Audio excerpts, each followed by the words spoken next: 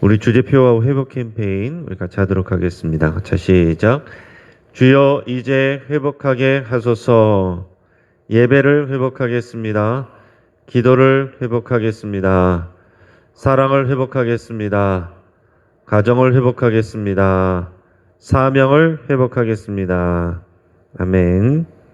우리 묵상 말씀 창세기 1장 27절 우리 같이 하겠습니다. 세 번 같이 하겠습니다. 자, 시작. 하나님이 자기 형상 곧 하나님의 형상대로 사람을 창조하시되 남자와 여자를 창조하시고 하나님이 자기 형상 곧 하나님의 형상대로 사람을 창조하시되 남자와 여자를 창조하시고 하나님이 자기 형상 곧 하나님의 형상대로 사람을 창조하시되 남자와 여자를 창조하시고 아멘. 오늘 우리에게 주시는 하나님의 말씀은 잠언 1장 20절에서 33절까지의 말씀입니다. 자, 오늘 본문을 통해서 행위의 열매라는 제목으로 말씀의 은혜를 같이 나누겠습니다. 여러분, 인과응보라는 말이 있죠.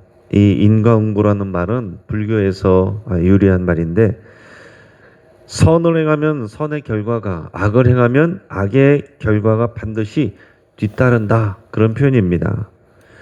이와 비슷한 말로는 사필귀정, 권선징악, 자승자박, 자업자득, 종두득두는 콩 심은 데 콩 난다, 그런 표현입니다. 그러니까 결국은 내가 한 일에 대해서 그 결과가 주어진다. 선을 행하면 선한 결과가 나오고 악을 행하면 악한 결과가 나온다. 이런 내용들이 이미 오래전부터 우리들에게 달려져 있고 또 사람들에게 회자되고 있습니다. 근데 여러분, 세상을 운영하는 하나님이 없으면 인과응보, 사필귀정, 권성징악 이런 것이 어떻게 이루어지겠습니까? 이 사람들은, 어떤 사람들은 이건 부처님의 뜻이다 이렇게 생각하고, 어떤 사람들은 자연의 법칙이다 그냥 막연히 이렇게 생각을 합니다. 과연 그런 것인가?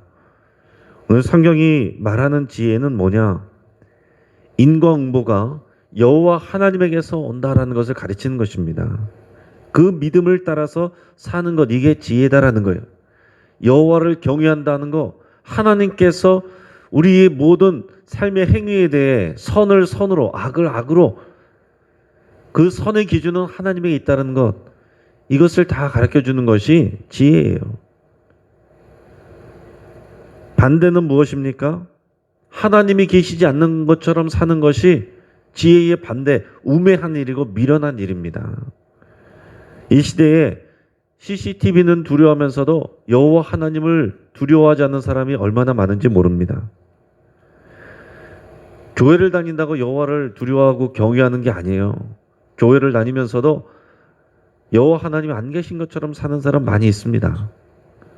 실제 삶 속에서는 인과응보의 이 같은 말을 하나님께서 창조하시고 다스리시고 운행하시고 바라보고 계신다, 교회 밖에도 계신다라는 것을 믿지 않는 사람들이 넘쳐난다는 것입니다. 내가 남을 해하면서도 나의 이익만 챙기면 되고 나의 쾌락만 채우려는 사람들이 세상에는 너무나도 많습니다. 자, 그러다가 세상에서 법의 심판을 받으면 마땅한 죗값을 내가 받는다 반성하는 사람보다는 내가 재수가 없어서 걸렸다 이렇게 생각하는 사람들이 더 많지 않나, 이런 생각이 들어요. 또 내가 죗값을 받는다는 생각이 아니라 돈이 없어서, 빽이 없어서, 권력이 없어서 내가 이렇게 된다, 이런 생각을 하는 경우들도 많이 있습니다. 실제로 나보다 더 큰 죄를 짓고도 떵떵거리며 사는 사람들이, 또 비호를 받는 사람들이 많이 있다라는 생각 때문에 그렇게 여기는 것이죠.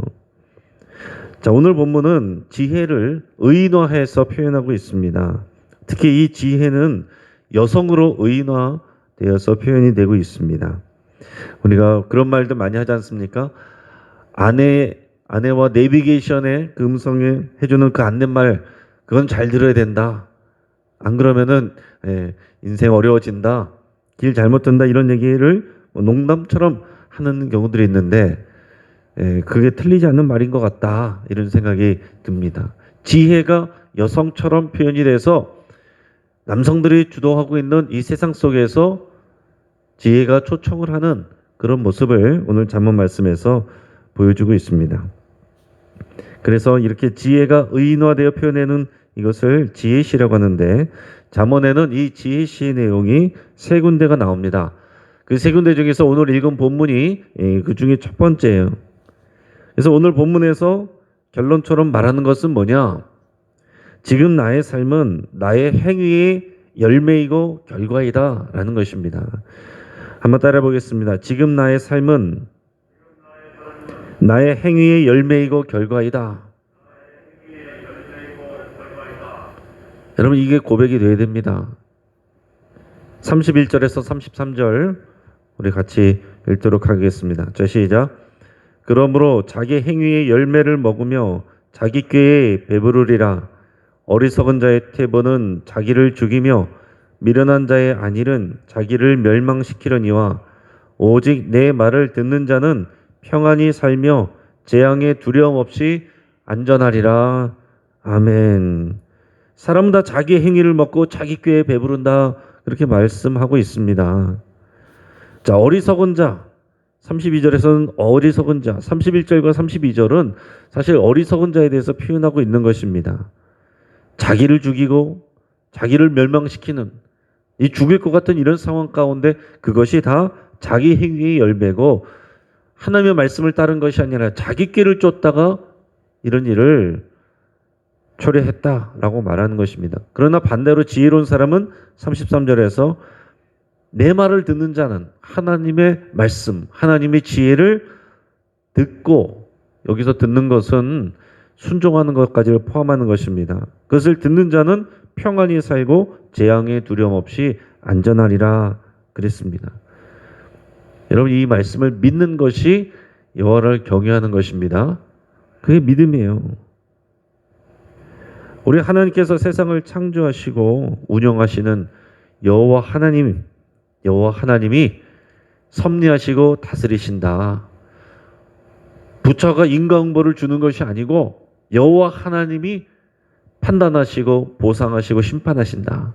보상과 심판 이게 우리 성경적인 표현입니다.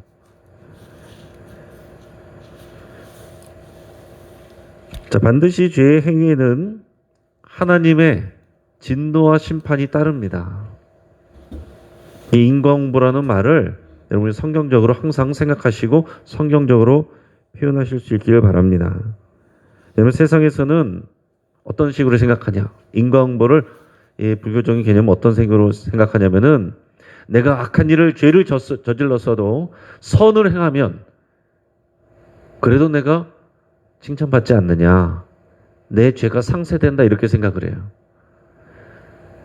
그래서 내가 죄를 짓고 살았어도 나중에 가서 선을 좀 더 많이 하면 그러면은 그 죄가 없어지고 칭찬받는 것으로 생각을 합니다. 세상에서는 어떻습니까? 죄를 지었으면은 벌을 받으면은 그 죄가 없어지는 걸로 생각해요. 그러나 사랑하는 여러분, 이 말을 들으십시오. 하나님 앞에서 우리의 죄가 사라지지 않습니다. 하나님 앞에서 해결받지 않은 죄가 사라지지 않는다는 거예요. 세상에서 죄값을 치렀어도 하나님 앞에서는 하나도 사라지지 않는 것입니다. 선을 행했어도 그 죄는 그대로 있는 거예요. 그리고 그 죄에는 하나님의 심판과 진노가 자동적으로 반드시 따라오는 것입니다. 그리고 죄인은 피 흘려 죽어야만 그 죄값을 치를 수가 있습니다.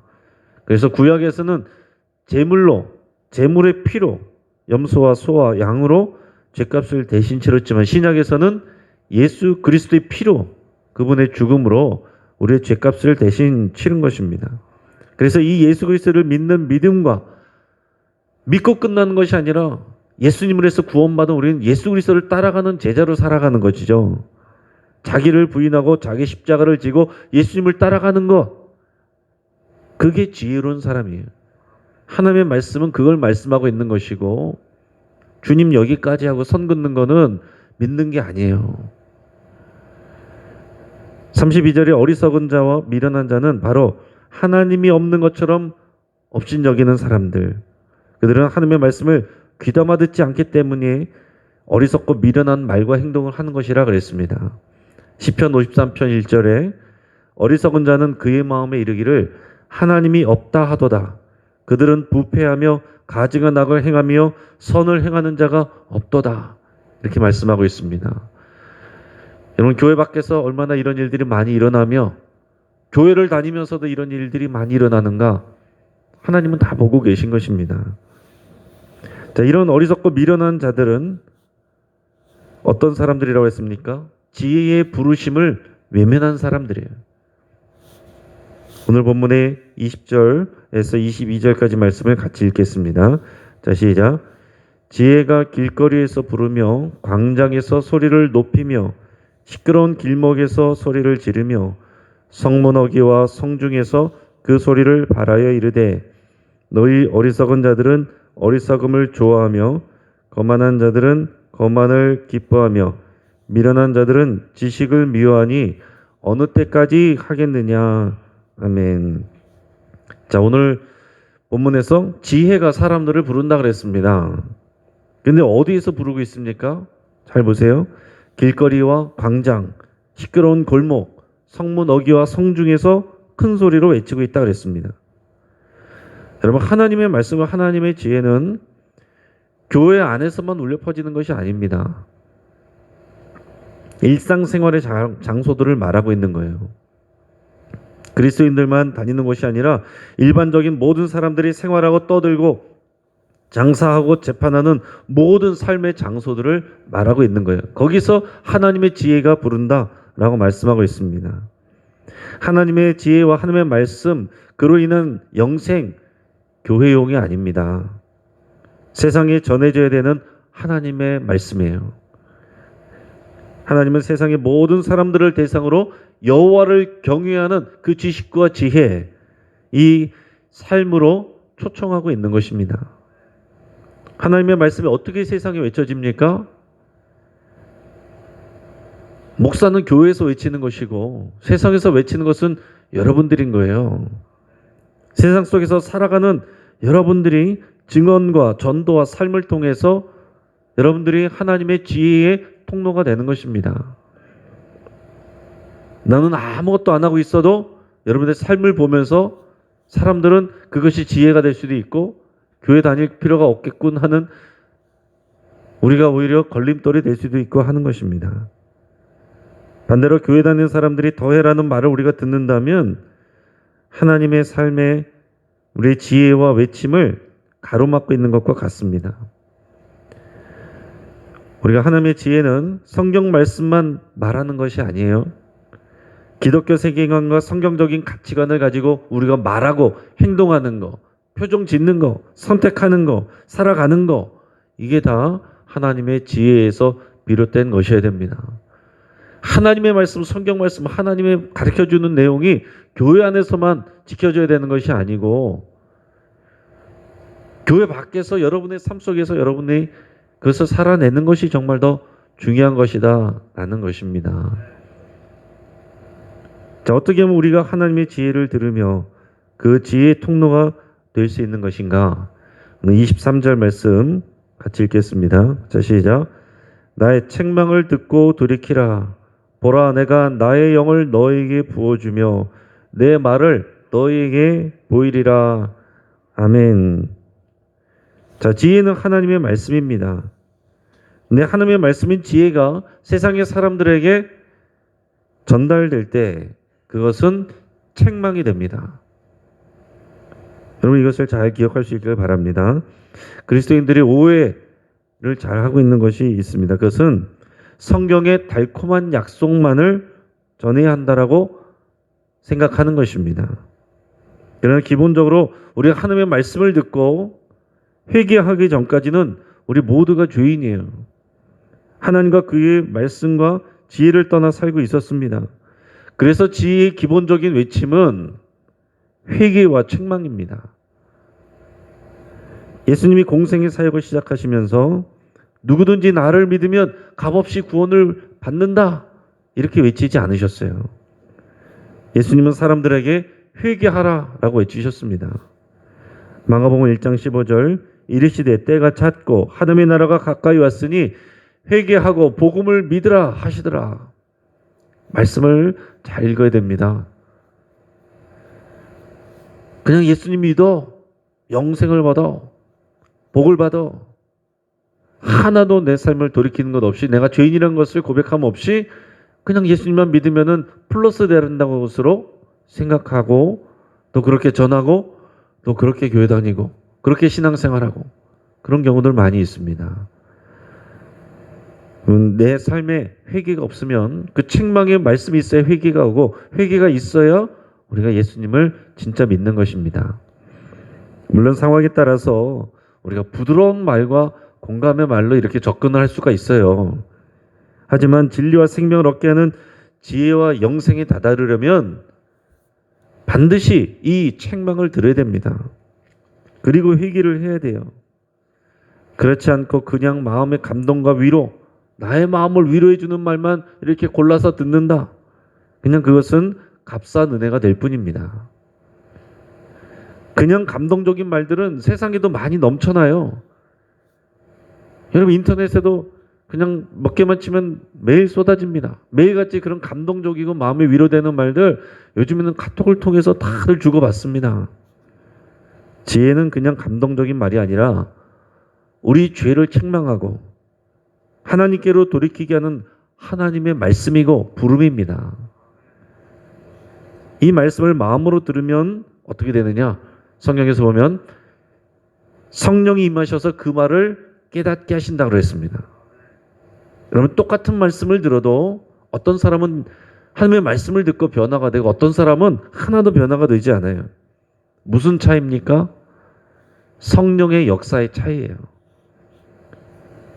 말씀을 겸손하게 받아들이고자 하는 자는 성령님께서 임하셔서 그 말씀을 조명하시고 깨닫게 하시는 것이고, 마음으로 겸손하게 받아들이지 않는 사람에게는 성령님이 역사하시지 않아요. 그렇기 때문에 어떤 사람은 신학을 공부하고 성경을 수십 독을 읽어도 진리에 대한 깨달음과 회개가 일어나지 않는 것입니다. 오늘 우리가 방금 읽은 말씀에서 나의 책망을 듣고 돌이키고 보라, 내가 나의 영을 너희에게 부어주며 내 말을 너희에게 보이리라 그랬잖아요. 하나님의 영이, 성령이 말씀을 깨닫게 하고 보게 하시는 것입니다. 성령이 하시는 일은 그냥 우리에게 아무 이유도 없이 능력 주시는 것이 아니라 가장 주된 일은 지혜와 계시형으로 오셔서 이 말씀을 깨닫게 하는 거예요. 지혜를 거부하는, 그러면 미련한 자의 열매는 무엇이냐? 오늘 24절에서 30절까지 말씀을 같이 읽겠습니다. 자, 시작. 내가 불렀으나 너희가 듣기 싫어하였고 내가 손을 폈으나 돌아보는 자가 없었고 도리어 나의 모든 교훈을 멸시하며 나의 책망을 받지 아니하였은즉 너희가 재앙을 만날 때에 내가 웃을 것이며 너에게 두려움이 임할 때에 내가 비웃으리라. 너희의 두려움이 광풍같이 임하겠고 너희의 재앙이 폭풍같이 이르겠고 너에게 근심과 슬픔이 임하리니 그때에 너희가 나를 부르리라. 그래도 내가 대답하지 아니하겠고 부지런히 나를 찾으리라. 그래도 나를 만나지 못하리니 대저 너희가 지식을 미워하며 여호와 경외하기를 즐거워하지 아니하며 나의 교훈을 받지 아니하고 나의 모든 책망을 업신 여겼음이라. 아멘. 재앙과 두려움과 근심과 슬픔이 행위의 열매로 맺혀지게 된다. 누구에게요? 하나님의 지혜를 듣지 않고 거부하는 미련한 자들에게 인과응보처럼, 세상이 말하는 인과응보처럼 재앙과 두려움과 근심과 슬픔이 열매로 맺혀진다라는 것입니다. 이 말은 최종적으로는 하나님의 심판을 받고 영원한 형벌을 받는 것을 말합니다. 그리고 그 전에 우리 삶 속에서는 여러 가지 재앙을 당하는 것을 말해요. 여러분 우리가 피할 수 없는 재앙이 있어요. 그리스도인들도 코로나 걸리는 거예요. 그리스도인들도 교통사고 당할 수 있어요. 자, 그런데 우리가 어리석은 결정을 해가지고서 당하지 않아도 되는 그런 재난, 그런 고통, 우리의 선택으로 인해서 우리의 욕심과 우리 미련한 하나님의 말씀을 듣지 않는 우리의 판단과 우리의 선택을 통해서 받는 그런 재난들이 우리에게 이런 미련한 자들에게 주어진다라는 것입니다. 오늘 이 말씀을 마음에 새기면요, 여러분, 예수님을 믿지 않는데 잘 지내는 사람들 부러워해서는 안 되겠습니다. 인간보가 아니라 하나님의 심판과 보상, 여러분 이것을 꼭 기억하시길 바랍니다. 불법적인 방법으로 시험에 합격하고 승진하는 사람들, 잘 나가는 사람들, 그거 부러워하면 안 된다는 거예요. 점을 치고 제사를 드리면서 형통하게 된 사람들 부러워하지 마십시오. 그 끝이 무엇인지를, 하나님의 심판과 보상, 하나님의 지혜와 미련한 자, 여러분 이것을 꼭 기억하시고 그것을 믿음으로 바라보고 이 세상을 바라볼 수 있기를 바랍니다. 오늘 우리의 삶의 내용들을 통해서 우리의 믿음과 선택과 행위를 돌아볼 수 있기를 바랍니다. 그것이 말씀의 지혜를 벗어난 것이면, 하나님의 뜻에 해당하는 내용들을 벗어난 것이면 여러분 회개하고 돌이켜야 됩니다. 세상 사람들이 다 그렇게 하고 괜찮아 한다고 할지라도 그것을 끊어버려야 되는 것입니다. 그것이 믿음의 선택과 행위였다면 지금 내가 그 결과를, 선한 열매를 못 먹고 있을지라도 하나님의 역사하심을 신뢰하고 인내하기를 축복합니다. 그게 지혜로운 사람이에요. 같이 한번 기도하겠습니다. 오늘 말씀을 붙잡고 함께 기도하겠습니다. 오늘도 우리에게 말씀하시는 하나님의 음성에, 그 지혜의 말씀에 귀를 기울이고 순종하기로 여러분 결단할 수 있기를 바랍니다. 하나님의 음성과 부르심을 듣는 영적인 귀가 열리기를 위해서 여러분 간절히 기도할 수 있기를 바랍니다. 어떤 모양이든지 죄와 타협하지 않고 미련한 자의 형통을 부러워하지 않기로 결단할 수 있기를 바랍니다. 우리 가정을 위해서 기도하겠습니다. 사랑하는 가족들이 하나님의 이 지혜의 부르심에 반응하기를 위해서 함께 기도하겠습니다. 그리고 우리가 하나님의 지혜의 외침이 되기로 여러분 그렇게 기도하시길 바랍니다. 특별히 주주클럽 가정예배가 그런 현장에 대해서 하나님의 지혜가 서로 또 소통이 되는 그런 가정예배, 주주클럽의 시간이 될 수 있기를 위해서 같이 기도하겠습니다. 오늘 또 어린이날인데 정말 그냥 어린이들에게 선물 주고 끝나는 시간이 아니라 정말 어린 시대에게, 어린 자녀와 자녀 세대에게 하나님의 지혜를 전할 수 있는 우리 가정들 될 수 있기를 위해서 같이 기도하겠습니다. 또 우리 교회의 모든 설교와 모든 교육을 통해서 성령님께서 그 가운데서 깨달음을 주시기를 위해서 같이 기도하겠습니다. 말씀을 읽고 말씀을 통독하고 또 설교를 듣고 또 여러 가지 교육하는 그 모든 가운데 성령님께서 역사하시기를 간절히 기도하겠습니다. 또 우리 갈릴리 전도대가 또 길에서 또 수고를 할 때 하나님의 지혜가 길거리와 광장에서 외쳐지기를 위해서 우리 함께 기도하겠습니다. 우리 이 시간 주여 한번 부르짖고 합심해서 함께 기도하고 여러분의 기도 제목까지 간절히 기도할 수 있길 바랍니다. 같이 한번 기도하겠습니다.